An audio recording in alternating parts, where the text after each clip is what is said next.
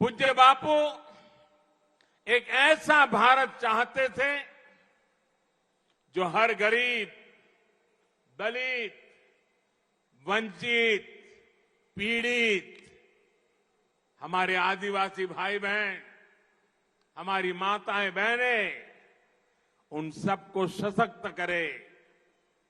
जहां स्वच्छता और स्वास्थ्य जीवन पद्धति का हिस्सा बने, जिसका अर्थतंत्र स्वदेशी समाधानों से समर्थ हो।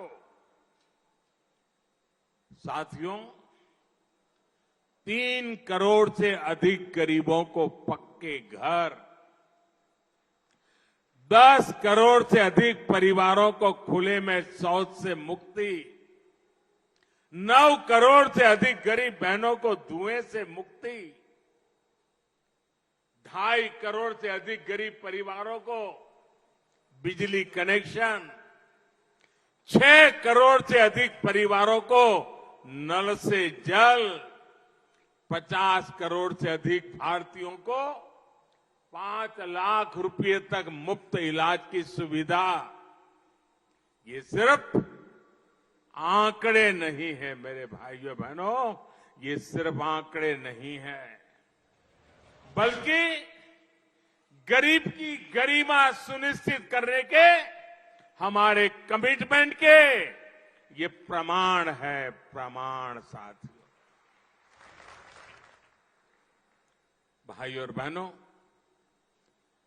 गरीबों की सरकार होती है तो कैसे उसकी सेवा करती है, कैसे उसे सशक्त करने के लिए काम करती है, ये आज पूरा देश देख रहा है। 100 साल के सबसे बड़े संकट काल में, कोरोना महामारी के इस समय में भी देश ने ये लगातार अनुभव किया है।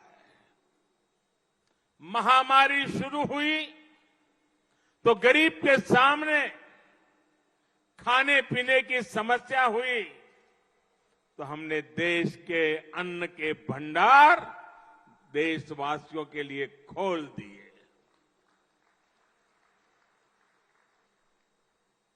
हमारी माताओं बहनों को सम्मान से जीने के लिए जनधन बैंक खाते में सीधे पैसे जमा किए, किसानों और मजदूरों के बैंक खाते में पैसे जमा किए, हमने मुफ्त गैस सिलेंडरों की भी व्यवस्था की ताकि गरीब के घर की रसोई चलती रहे, उसका घर का चूल्हा कभी बुझ न पाए।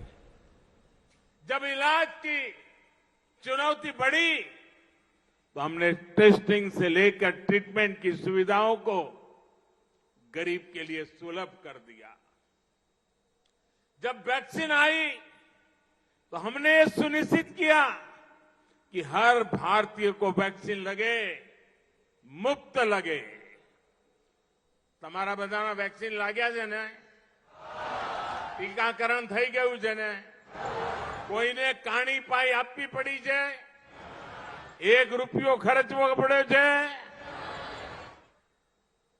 भाइयों बहनों, एक तरफ कोरोना का ये विकट समय, वैश्विक महामारी, और आजकल तो आप देख रहे हैं युद्ध भी चल रहा है।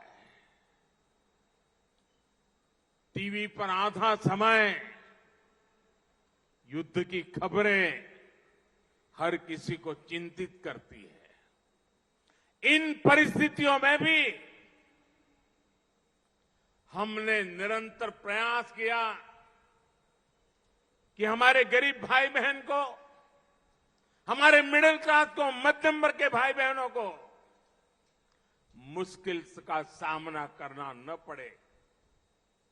अब हमारी सरकार सुविधाओं को 100% नागरिकों तक पहुंचाने के लिए अभियान चला रही है। जो जिस बात का हकदार है उसे उसका हक मिलना चाहिए।